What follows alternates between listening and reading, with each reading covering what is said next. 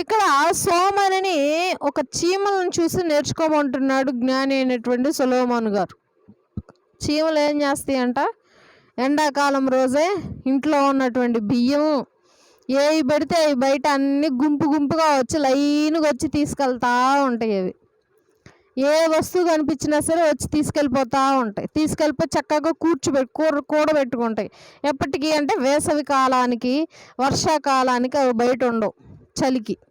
కాబట్టి గూట్లోకి వెళ్ళటానికి ఆ వేసవి కాలం 3 నెలలు అవి ఆకలితో ఉంటాయి, ఒకవేళ కూడబెట్టుకోపోతే. కాబట్టి అవి ముందే కూడబెట్టేసుకొని ఎండాకాలం అంతా కష్టపడి కూడబెట్టేసుకొని అక్కడ ఉన్నటువంటి వస్తువులు అక్కడ తెచ్చేసుకొని గూట్లో పెట్టేసుకొని చక్కగా వర్షాకాలము, చలికాలం, వేసవి కాలము హ్యాపీగా తింటాయి. అలా మనము కూడా మన పరిస్థితి ఏంటి, మనం ఎప్పటికప్పుడు సంపాదించుకోవాలి,